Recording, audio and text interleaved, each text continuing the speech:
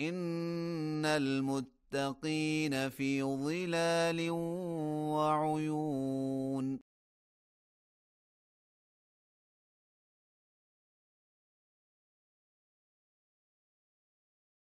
وفواكه مما يشتهون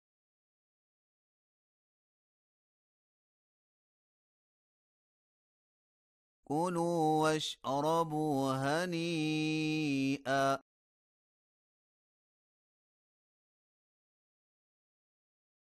بما كنتم تعملون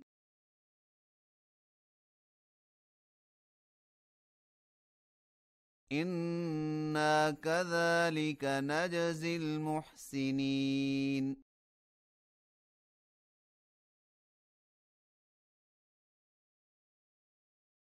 ويل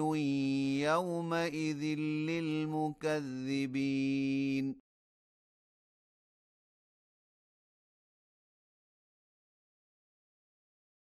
كلوا وتمتعوا قليلا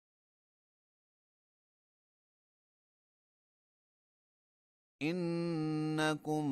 مجرمون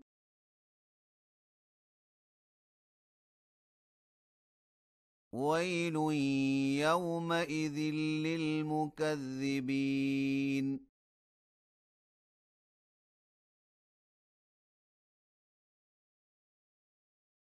وإذا قيل لهم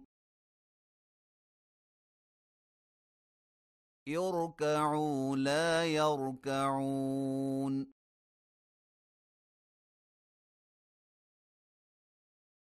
ويل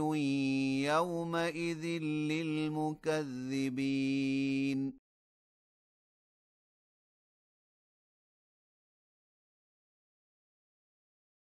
فبأي حديث